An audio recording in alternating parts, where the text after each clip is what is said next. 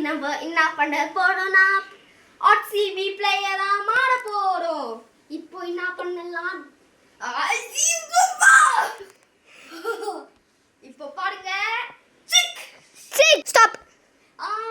இப்போ பேண்ட் தூக்கி போடு. பேண்ட் வரைக்கலாமா?